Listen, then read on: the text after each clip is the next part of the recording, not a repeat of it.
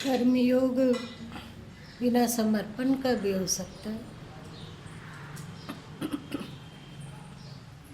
जो कर्तव्य है उसको किया जा रहा है, पर उसमें अपेक्षा ना हो, मतलब फल की इच्छा ना हो, और जो जो उसका ये है सूत्र है कि श्लोक तुम लोग को बताए थे 8वां अध्याय का 18वां, जो 4 चीज बताया जाता है, कर्तापन का, अभिमान नहीं इत्यादि।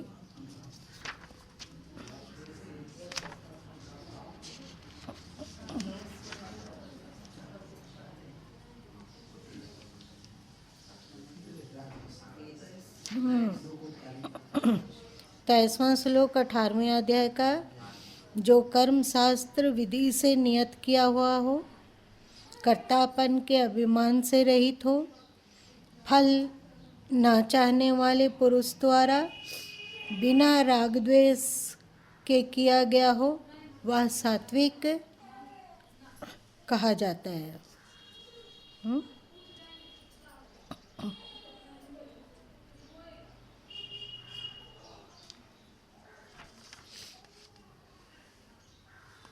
विनयशीलता, इस पर हम लोग सुन चुके हैं ना। अब आंख बंद करके समीक्षा करो कि हम लोगों में कितनी विनयशीलता आई, क्योंकि कोई भी बात केवल सुनने से कुछ नहीं होता है। ठीक है कि सुनना एक ज्ञान की पहली पगडंडी है, मतलब पहली सीढ़ी है, सुनना जरूरी है, वरना सदगुरु कबीर साहब कहें, श्रुति बिना शब्द बिना श्रुति आंधरी। शब्द मतलब उपदेश के बिना, सत्य चर्चा के बिना कान अंधी रह जाती है, श्रुति अंधी रह जाती है। तो हम लोग सत्संग के द्वारा बहुत कुछ जान पाते हैं।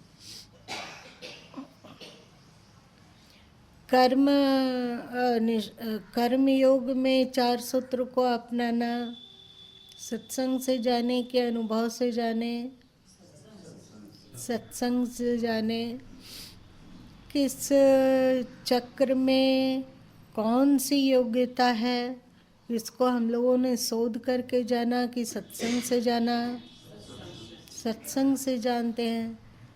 तो सत्संग का महत्व तो असीम है। बिना सत्संग का कोई सामान्य इंसान आगे नहीं बढ़ सकता है।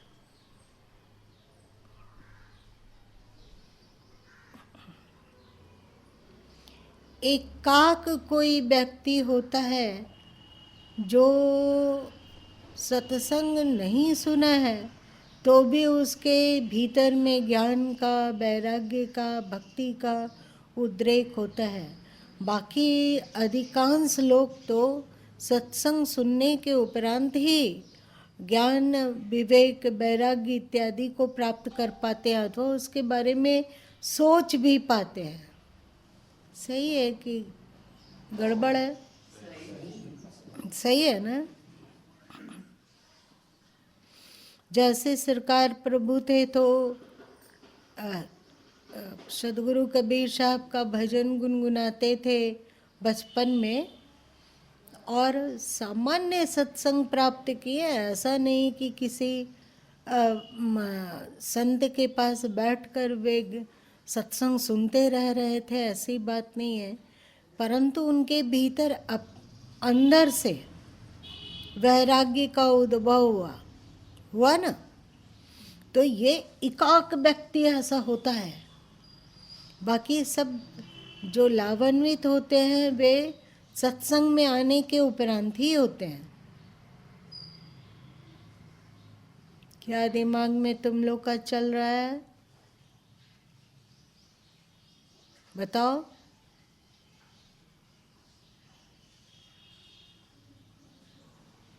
क्या चल रहा है?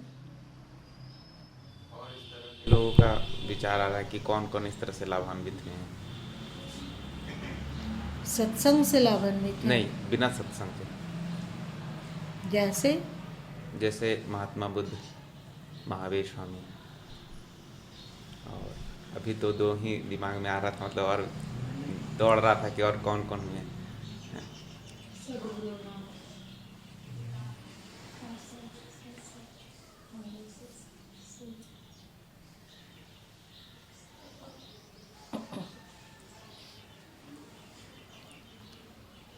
बाकी लोग सत्संग के द्वारा आगे बढ़ते हैं, ठीक है। वाल्मीकि जी थे तो सत्संग के कारण फिर महर्षि बन सके। दस्युओं से, मतलब डाकुओं से महर्षि बन सके सत्संग के द्वारा। परंतु ऐसा नहीं है कि उसमें व्यक्ति का महत्व नहीं है, केवल सत्संग का महत्व है, ऐसा नहीं है। सत्संग तो सैकड़ों लोग सुनता है कि नहीं? उसमें एक दो तीन चार ही होते हैं जिसके भीतर ज्ञान, वैराग्य, भक्ति धस जाती है। तो जितना सत्संग कीमती है उतना वो व्यक्ति भी कीमती है जो सत्संग से लाभ उठा पाया। सब उठा पाते हैं सत्संग से लाभ? आते हैं, सुन लिए, समय गुजार लिए, 1 घंटा, फिर चल गए। फिर सोच भी नहीं पाते हैं कि सत्संग में क्या सुने, क्या क्या हमारे में कमी है, कौन कौन से गुण को धारण करना है, किसके लिए पुरुषार्थ करना होगा, इसका चिंतन कितने प्रतिशत लोग करते होंगे?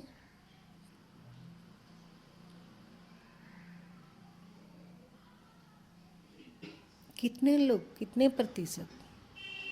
और जो चिंतन करने वाले भी दुर्लभ है, और जो चिंतन किए भी तो वे उसका अनुसरण नहीं किए। ऐसा होता है ना?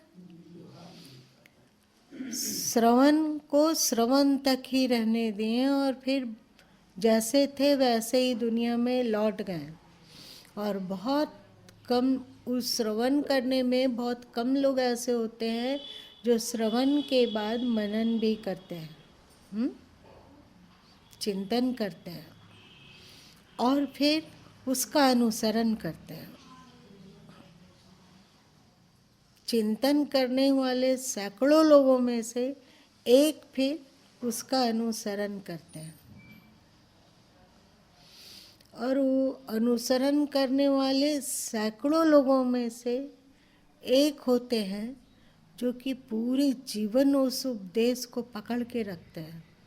वरना शुरू में एक जोश उत्पन्न हुआ कि नहीं, हमें तो सत्संग में सुने कि विनयशील होना चाहिए, हमें तो विनयशील होना है, हम ये कर लेंगे, वो कर लेंगे। डींगे हाँकना होता है ना, हम ये कर लेंगे, वो कर लेंगे। 5 दिन किए, 4 दिन किए, 6 दिन किए, उसके बाद फिर जैसे के तैसे बन गया। ऐसा होता है? ऐसा होता है कि नहीं होता है? इसलिए गीता के 7वें अध्याय में श्री कृष्ण मनुष्यानां शास्त्रेषु कश्चित् यातति सिद्धये यत्तामपि सिद्धानां, क्या है 7वें अध्याय में? मनुष्यानां शास्त्रेषु, मतलब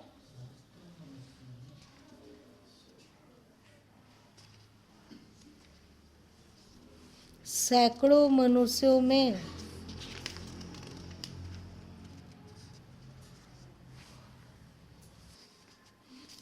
मनुष्यानां शास्त्रेषु कश्चित् यतति सिद्धये यत्तामपि सिद्धानां कश्चित् मां वेति तत्वतः।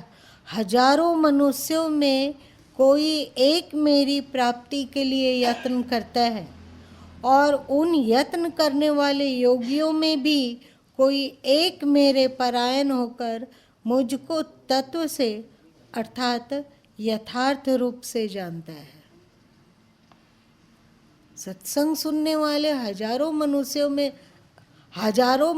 में कोई एकाक सत्संग सुनता है, सुनता है? अभी आश्रम के अगल बगल कितने लोग होंगे? हजारों लोग होंगे, लेकिन उसमें से कितने लोग सत्संग सुन रहे हैं? बहुत सीमित।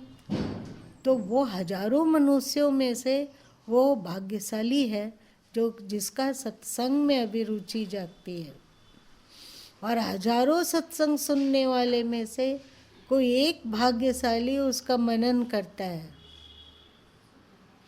और हजारों मनन करने वाले में से एक कोई और अधिक भाग्यशाली होगा जो उसका अनुसरण करता है, और हजारों अनुसरण करने वालों में से कोई एक होता है कि उस ज्ञान को अपने जीवन में रचा बसा लेता है, वैसे ही अपना स्वभाव बना लेता है, वैसे ही अपना संस्कार बना लेता है, और वैसे ही अपना जीवन जीता है।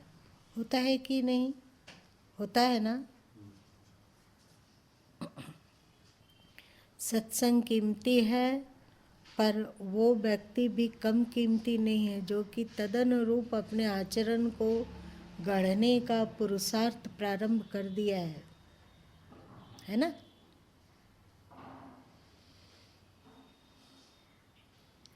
तो हम लोग विनयशीलता के बारे में सुने, अंतस में धस के देखकर सोचो कि हम लोगों में कितनी विनयशीलता है।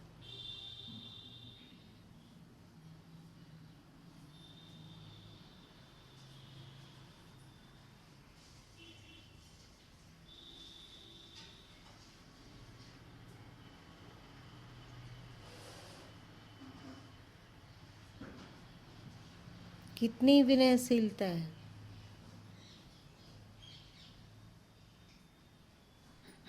संतुष्ट हो तुम अपनी विनयशीलता से, कि लगता है कि और विनयशील हुआ जा सकता है? क्या लगता है?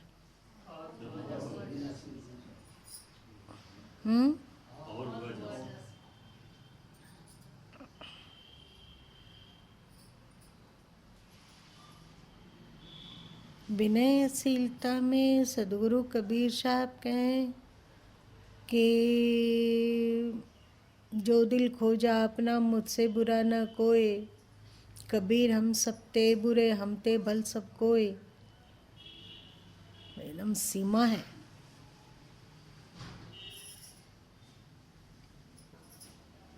सीमा नहीं है विनयशीलता की। जो दिल खोजा अपना मुझसे बुरा ना कोई।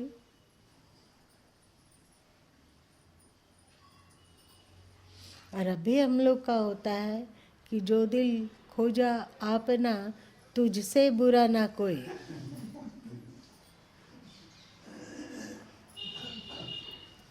होता है ना? हम लोग जितनी आसानी से दूसरों की गलतियों को देखते हैं और बिना गलती हुए ही गलती की कल्पना कर करके गलती करते रहते हैं। होता है, लगता है ना कि हम अच्छे इंसान हैं, अगला गलत है, अगला गलत है। मतलब अकड़ है हम लोगों में।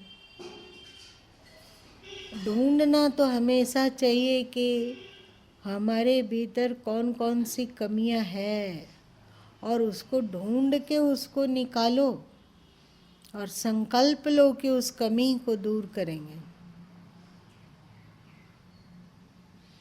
केवल गलती को ढूंढने वाले लोग हीन भावना से ग्रसित हो जाते हैं। होते हैं ना?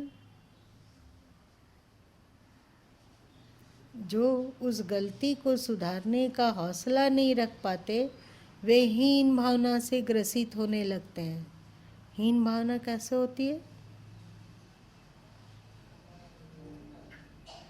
क्या कैसे होती है हीन भावना? बोलो।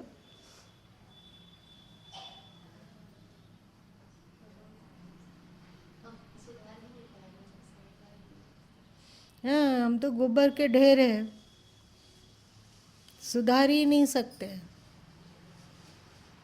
लेकिन तुम लोग नहीं जानते हो कि वही गोबर का ढेर जैसे जैसे पुराना बनते जाता है वैसे वैसे खाद बन जाता है।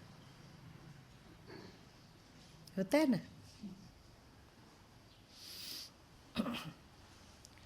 इस बात को भूल जाओ कि हम नहीं कर सकते हैं, हम अपने को नहीं सुधार सकते हैं, हम अपने आप को नहीं बदल सकते हैं, ये कायराना बात को बिल्कुल हटाओ दिमाग से।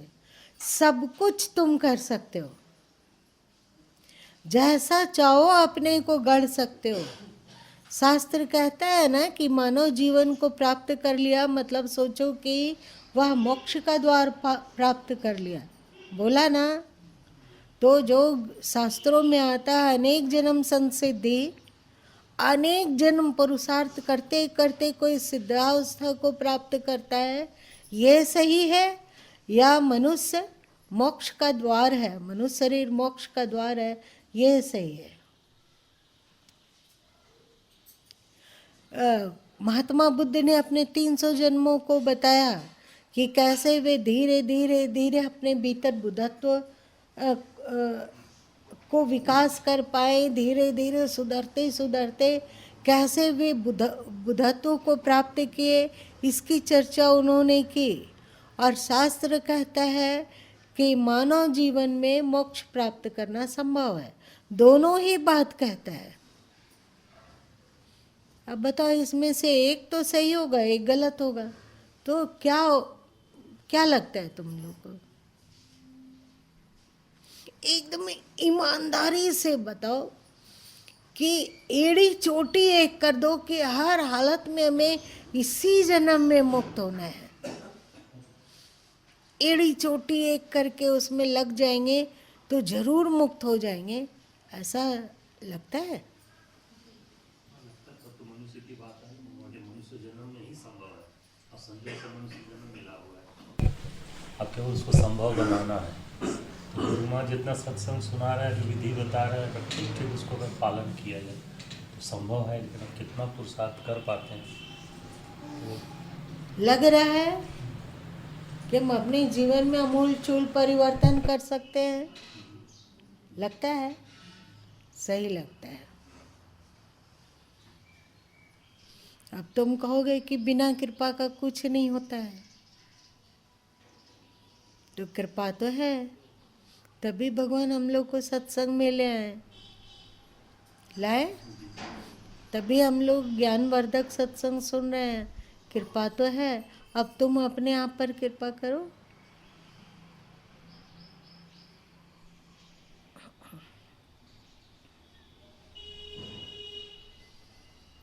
विनयशीलता अथवा जो अभी हम लोग सारा गुण सुने हैं विशुद्ध चक्र के अंतर्गत, उन सब गुणों को एक एक करके अपने जीवन में उतारो।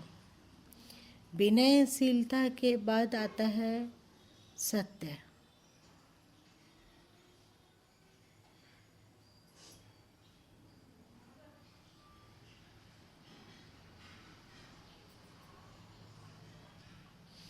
अभी थोड़ी देर पहले विचार उत्पन्न हो रहा था, सो तुम लोग को सुनाते हैं।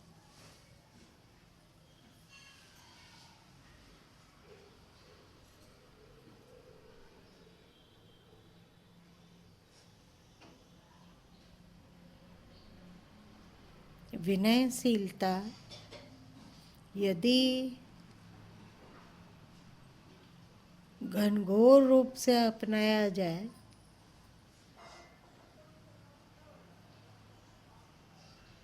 तो लाभ ही लाभ है।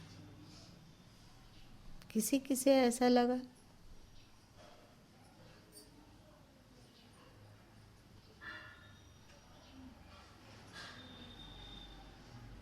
लगा,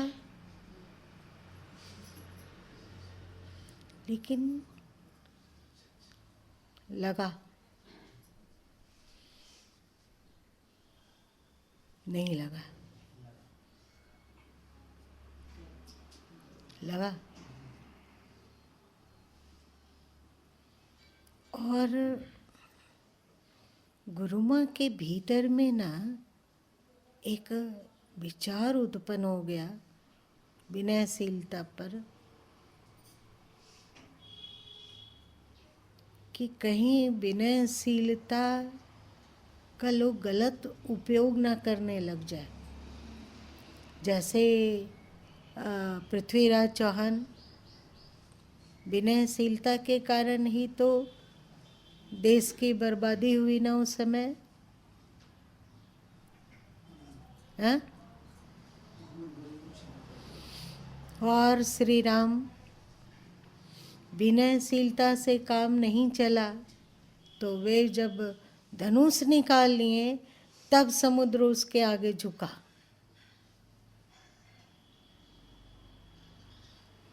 तो जैसे अति भोजन नुकसान करता है, कितना भी पौष्टिक भोजन हो, कितना भी ताकतवर चीज़ हो, लेकिन अति ऐसा हो सकता है क्या? गुरु माँ जो सोच रहे हैं सो,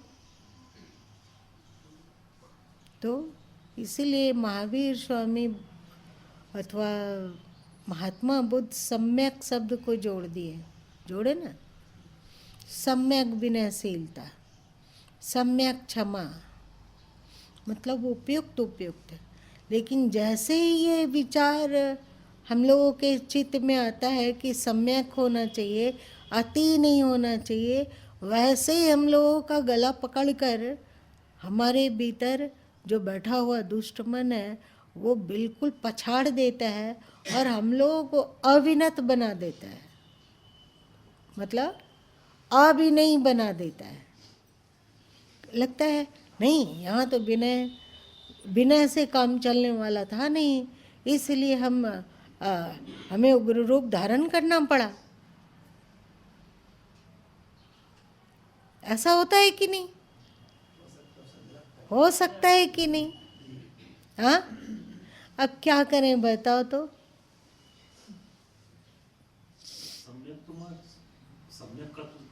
वही तो कह रहे हैं कि सम्यक होना चाहिए, पर जैसे ही सोचते हैं सम्यक, वैसे ही फिर हम लोग अकड़ू बन जाते हैं, सम्यक में नहीं रह पाते हैं। या तो अति विनयशील हो जाते हैं अथवा अति ढुलकू हो जाते हैं, मतलब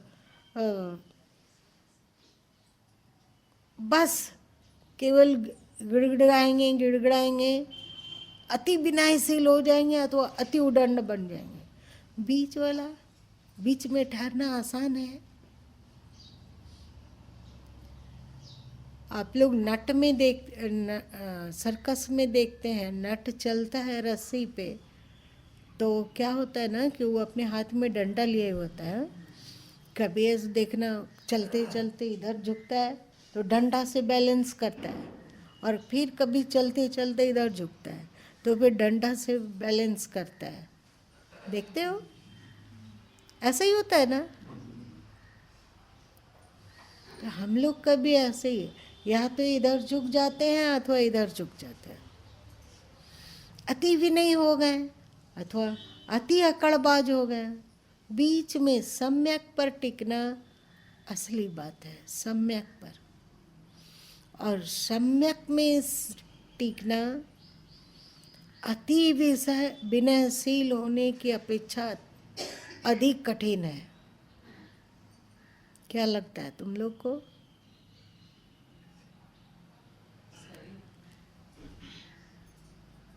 सोच कर बोलो, थोड़ा बारीक पहलू है, ध्यान दे दो। अति विनयशील बनना आसान है, पर सम्यक विनयशील बनना आसान नहीं है।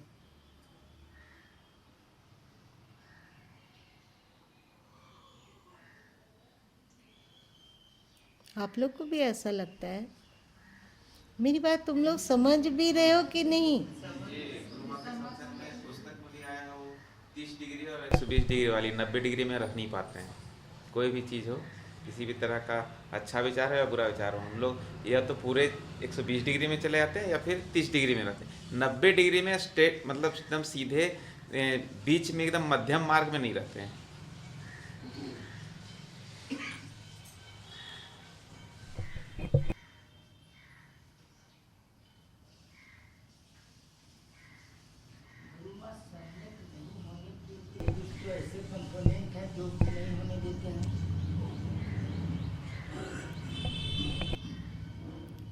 सम्यक होने के लिए बहुत अधिक होश की आवश्यकता है, और हमेशा अंतस का प्रेक्षण चाहिए। प्रेक्षण मतलब देखना। हमेशा अंतस का प्रेक्षण चाहिए कि हम अति हो रहे हैं, अति उदंड हो रहे हैं अथवा अति भी नहीं हो रहे हैं। देखकर सीधा में मध्य मार्ग में टिकने के लिए बहुत होश की आवश्यकता है। और जब हमारी दृष्टि, अभी हम लोगों की दृष्टि है ना, वो दूसरे पर टिकती है, अपने मन को देखना बहुत कम होता है। ऐसा हुआ ना कि एक चित्रकार जो बहुत प्रसिद्ध था, एक बहुत ही सुंदर सा चित्र बनाया और सुंदर सा चित्र बनाकर चौराहे पर लगा दिया और नीचे लिख दिया कि इस चित्र में जहाँ त्रुटि आपको दिख रही हो, जहाँ त्रुटि दिखती हो, वहाँ पर आप गोल घेरा लगा दें। तो ऐसा चौराहा पर चित्र टांगा हुआ था कि उधर से गुजरने वाले सबकी दृष्टि उस चित्र पर जाती थी। और चित्र बनाने का अक्ल हो या ना हो, बुराई देखने का अक्ल तो सबको होता है कि नहीं? होता है ना। तो जब शाम को चित्रकार लौटा तो देखा कि पूरा चित्र में गोल गोल गोल गोल घेरा बना हुआ है और इसमें एक भी जगह, 1 इंच भी जगह नहीं बचा है जहाँ पर कि मूल चित्र दिखता हो, झांकता हो। हर पूरा चित्र के स्थान पर अगिनत गोल गोल गोल गोल घेरा दिख रहा था। तो वो बैठकर रोने लगा कि इतनी गलती, इतनी अशुद्धियाँ, हम नकार हैं, हम बेकार हैं। संयोग था कि उधर से उस चित्रकार का मित्र गुजर रहा था। मित्र अपने मित्र को देखा रोते हुए तो वहाँ पास पहुँचा और पूछा कि तुम क्यों रो रहे हो? तो चित्रकार सब कुछ कह सुनाया कि किस तरह हम लिखे थे कि इस चित्र में जहाँ त्रुटि दिखती हो वहाँ गोल घेरा लगाओ। तो अब पूरा का पूरा चित्र गोल घेरा से भर गया है, हमारा मूल चित्र पता ही नहीं चलता है, इसलिए रो रहे हैं। तो उसका मित्र बोला कि एक काम करो, फिर से इसका जैसा तुम चित्र बनाए थे वैसा ही चित्र बना दो और उसको फिर से लगा दो और नीचे लिख दो कि जिसे जिसे इस चित्र में त्रुटि दिखती हो वे त्रुटि रहित चित्र बनाकर बगल में लगा दें।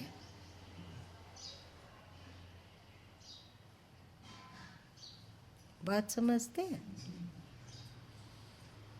जिसे जिसे त्रुटि दिखती हो इस चित्र में वे त्रुटि रहित चित्र बनाकर बगल में लगा दें। और जब शाम बीती, शाम हुई तो चित्रकार आया अपने चित्र के पास और आसपास नजर दौड़ाया तो एक भी चित्र बना हुआ नहीं था, त्रुटि रहित चित्र, और न एक गोल घेरा लगा हुआ था।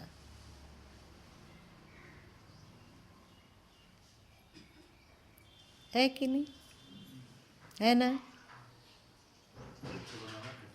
हाँ, त्रुटि निकालना आसान लगा और चित्र बनाना कठिन। बना के त्रुटि निकालने को हाँ, तुमको यदि आप उसमें गलती दिख रही है तो उसकी गलती से रहित जीवन तुम जी के दिखाओ, है ना?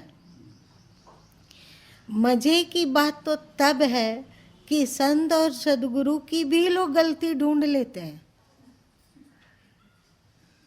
ढूंढ लेते हैं कि नहीं? ढूंढते हैं।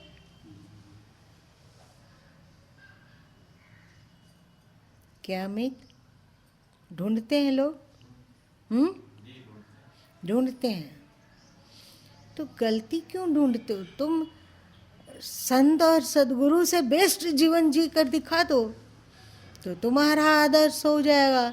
सब कोई कहेंगे कि नहीं वो तो एकदम परफेक्ट संत हैं, वे तो एकदम परफेक्ट सदगुरु हैं। तो तुम बन के दिखा दो परफेक्ट संत और परफेक्ट सदगुरु। जैसा तुम चाहते हो कि ऐसा होना चाहिए, वैसा तुम अपने जीवन से बन के दिखाओ। तो बात बनाने वाले बहुत लोग हो जाते हैं, पर सचमुच में त्रुटि रहित होने के लिए कौन क्या करता है?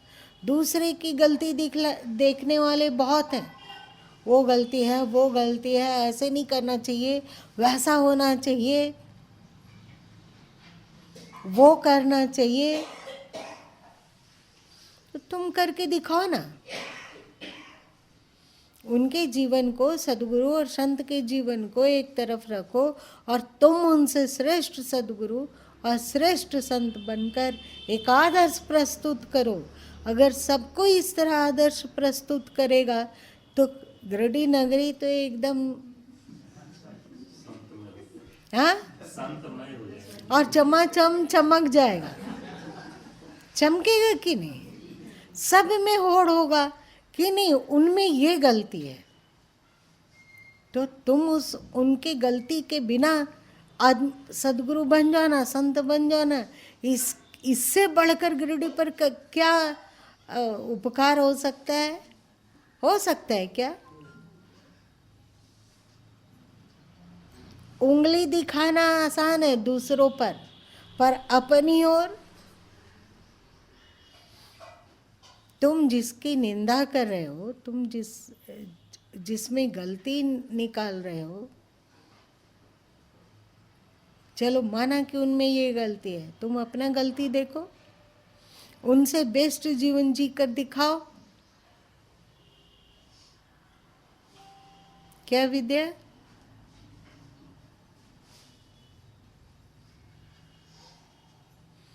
और फिर वो चित्रकार बहुत खुश हुआ। उसका मित्र आया, उसका पीठ थपथपाया और कहा कि दूसरों की दृष्टि से अपनी समीक्षा करना बंद करके अपनी समीक्षा तुम अपनी नज़र से स्वयं करो, लेकिन सदगुरु से ज्ञान प्राप्त करके अपनी समीक्षा करना।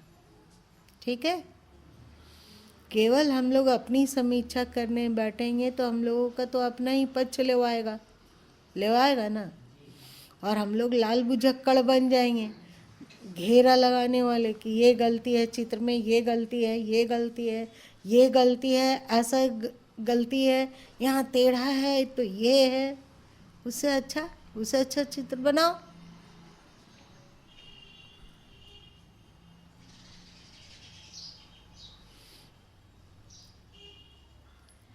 आज तो बातचीत में ही समय समाप्त हो गया। इतिहास में बार दिया इससे क्या? आज की बात में इतिहास में बहुत श्री राम के ऊपर भी इस तरह का वीडियो बनाने वाले लोग मिले। हाँ, तो राम से बढ़कर बेस्ट जीवन जी कर दिखाओ। महर्षि दयानंद सरस्वती, उनके जीवन में भी त्रुटि निकाला, ईसा मसीह के जीवन में त्रुटि निकाला, सूली पर लटका दिया लोग। तो ये तो इतिहास में ऐसा लोग हुआ, उसी का अनुकरण करना चाहता है आज के युग में भी लोग, और यही हो रहा है।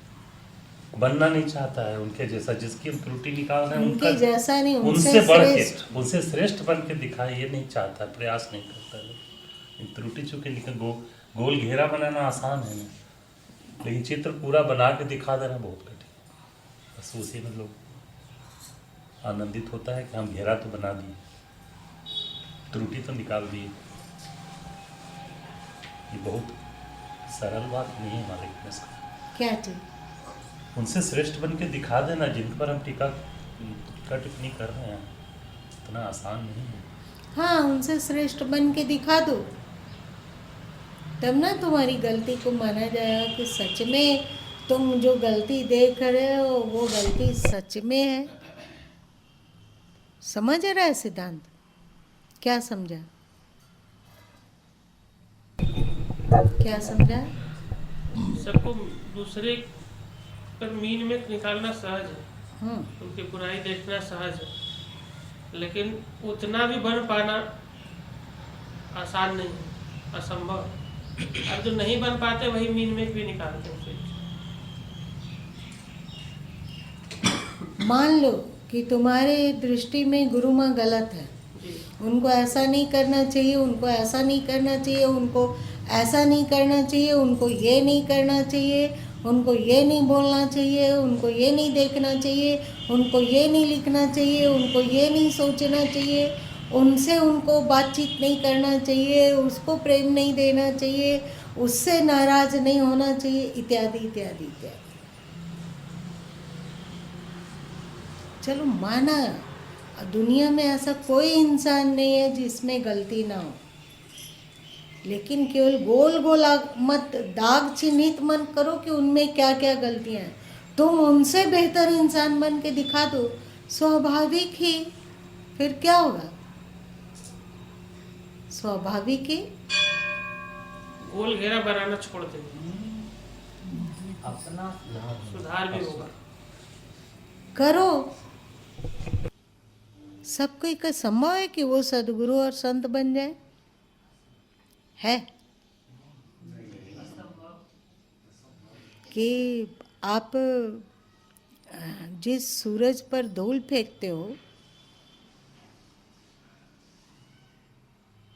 कि वो नालायक है, तो तुम उस सूरज से ज़्यादा चमकदार सूरज बन के दिखाओ,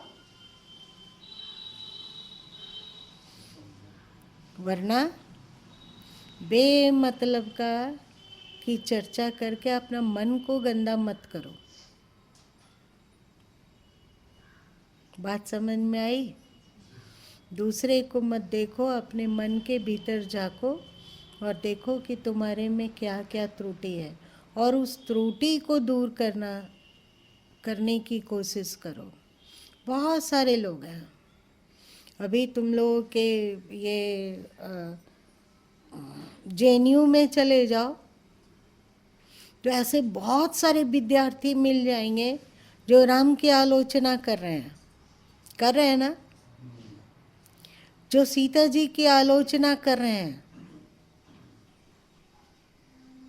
बहुत सारे कम्युनिस्ट विचार वाले लोग मिल जाएंगे जो कि राम की आलोचना कर रहे हैं, सीता की आलोचना कर रहे हैं, लेकिन वो मूर्ख राम से बेहतर इंसान बन के दिखाए तो सही। कृष्ण की आलोचना करने वाले बहुत लोग होंगे कि नहीं? बहुत लोग होंगे। तो कृष्ण से बेहतर इंसान बन के तुम दिखाओ, और नहीं तो आलोचना करना छोड़ दो। ठीक है? जो कहते हैं श्री राम के लिए कि उन्होंने नारी का अपमान किया, मतलब दूसरे के कहने पर अपनी पत्नी को जंगल में छोड़ दिया, उस व्यक्ति की यदि अल्प आयु में पत्नी मर जाए तो सोचता है कि ये काम क्रिया कब खत्म होगा। क्यों सोचता है काम क्रिया कब खत्म होगा? दूसरा विवाह करने के लिए। अभी मेरी उम्र ही क्या है, मरते मरते भी न एक परेशानी दे कर गई।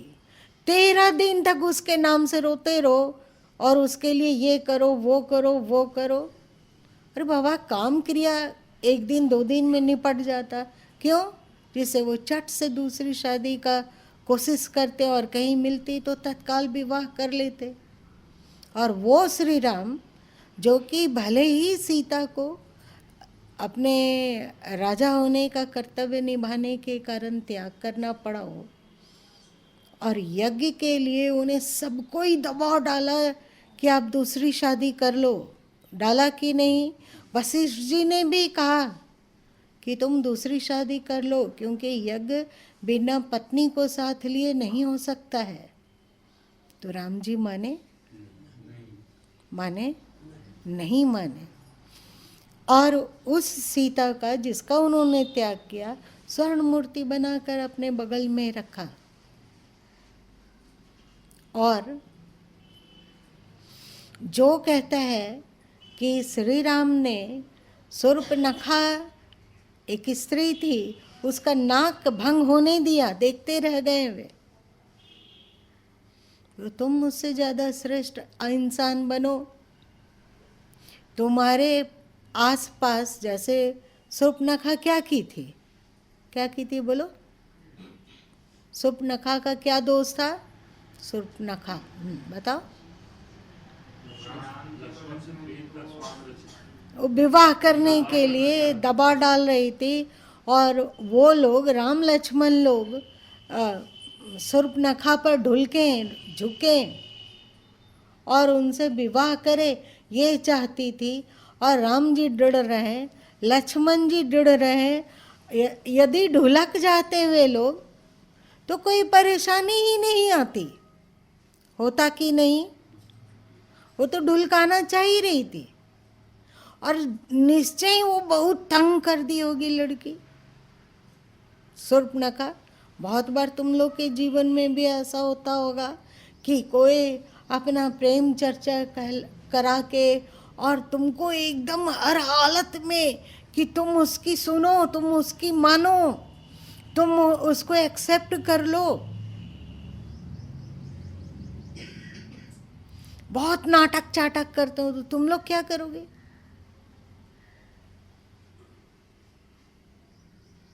क्या करोगे भाई लोग? बताओ क्या करोगे? ईमानदारी से अंतस को टटोल के बताओ, क्या करोगे तुम लोग?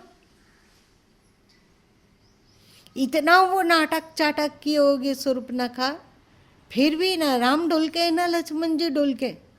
और जब अति कर दी होगी तो वे बोले होंगे कि तुमको अपनी सुंदरता पर बहुत घमंड है ना, नाक कान काट दिए। तुमको हिम्मत है तो काट के दिखाओ, जो तुम्हारे पीछे ढुलकता हो। वो अगला यदि 5 पैसा ढुलकेगा तो तुम 25 पैसा ढुलकोगे, और राम की निंदा करते हो।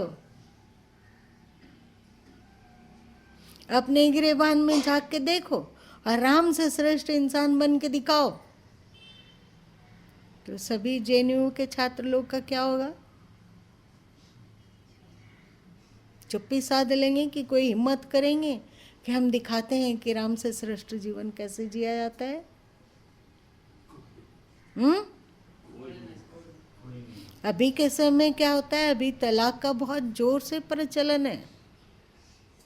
अभी होता है कि एक पत्नी से थोड़ी परेशानी हुई अथवा दूसरे से दोस्ती हो गई है, दूसरे के प्रति ढुलकाव हो गया है, तो लोग क्या करता है? जितने अभिनेता लोग हैं जो कि तलाक देकर दूसरी शादी किए हैं, तो बताओ कि तलाक का कारण क्या रहा है? बोलो, हमसे तो ज़्यादा तुम लोग जानते होगे सीने जगत को। बताओ। दूसरे के प्रति ज़्यादा ढुलकाव हो गया, और वे उससे विवाह करना चाहते थे, इसीलिए अपनी पत्नी की उपेक्षा और प्रताड़ना शुरू हो गई, तो विवशतावश तलाक हुआ। तब औरत ने विवशतावश तलाक लिया, अथवा पुरुष ने दिया उसे छुटकारा पाने के लिए, और उससे भी वो प्रेम विवाह ही किया था। अब किसी दूसरे से प्रेम हो गया तो इसलिए उसको एक किनारे रखो, उसे तलाक लो और दूसरे से विवाह कर लो। दूसरा से के बाद एक तीसरा कोई मिल जाए, उसमें ढुलका हो जाए, उस ढुलकाव को तुम लोग बोलो कि प्रेम हो गया, तो उससे भी तलाक लो, तीसरे से विवाह कर लो। ऐसे इंसान, सड़े हुए इंसान श्री राम पर उंगली उठाते हैं।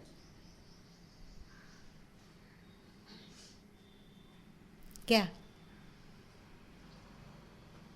राम से बेहतर इंसान तो बन के दिखाओ। गुरु माँ ने सही कहा है, कुछ गड़बड़ कहा? आलोचना करना आसान है, पर उनकी आलोचना कर रहे हो तो उनसे श्रेष्ठ इंसान बन के दिखाने की कोई सोचता ही नहीं है। ये हमारा काम नहीं है कि हम उनसे अच्छा इंसान बनाए। तो क्या काम है तेरा? हाँ, तो आलोचना करने का अधिकार है क्या?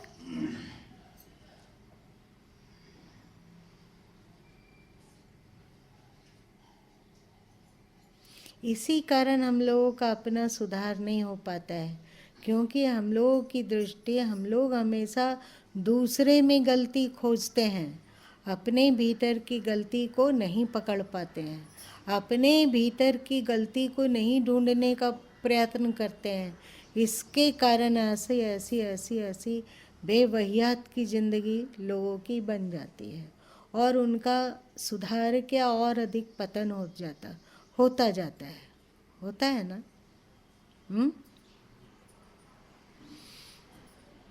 चल, आज बातचीत, कल देखते हैं। बात चली थी विनयशीलता में सम्यक की बात, तो उसको रखना चाहिए या उसको कैसे करना चाहिए? सम्यक होना चाहिए। सम्यक होना चाहिए ना। कठिन हो फिर भी सम्यक ही रहना चाहिए।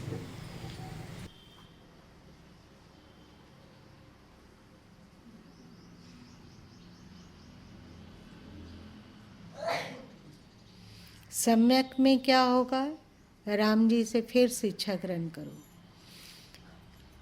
राम ने विनय पूर्वक समुद्र से कहा कि वो रास्ता दे, कहा ना, और 3 दिन तक बैठे रहे और उसका अनुनय, विनय और मनुहार करते रहे कि समुद्र मान जाए। हुआ ना?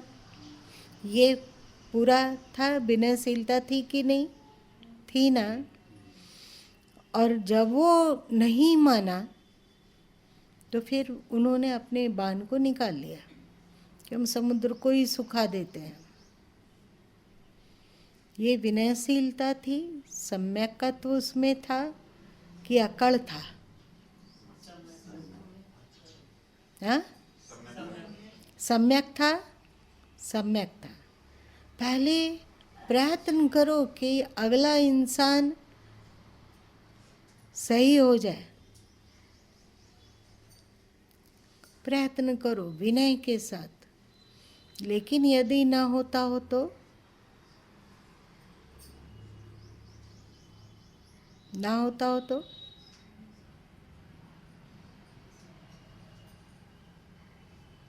ना होता हो तो क्या?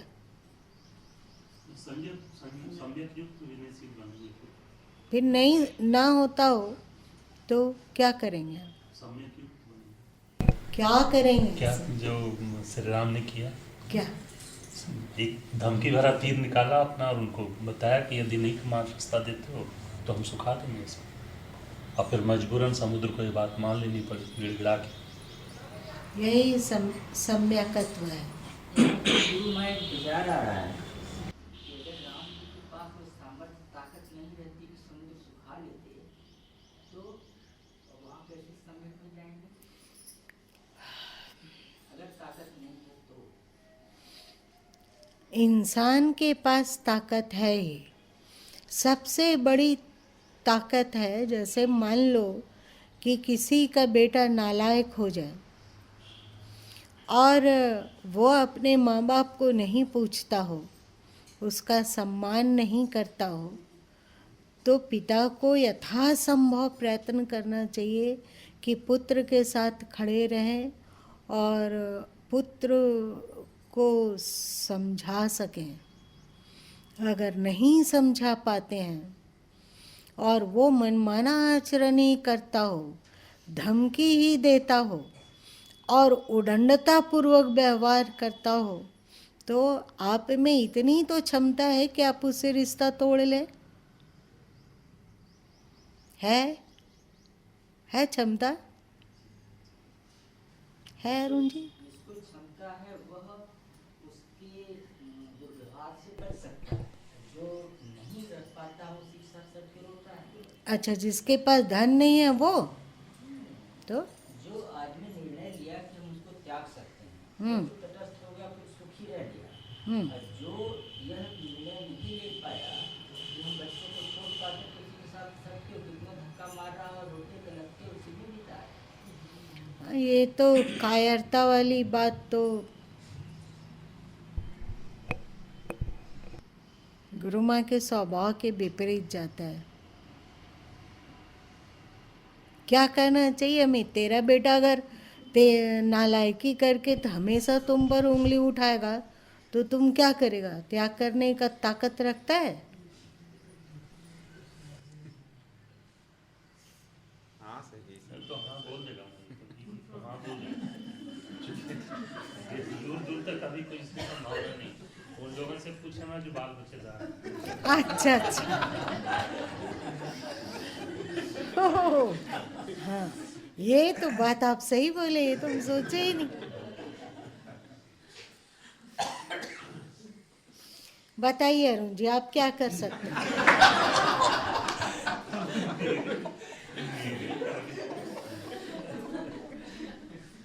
आप क्या कर सकते हैं? हमको अभी छोड़ दीजिए।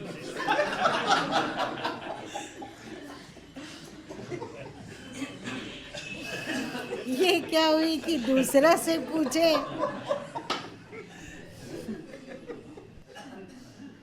चलो पर्दा में ही रहने देते हैं इस बात को।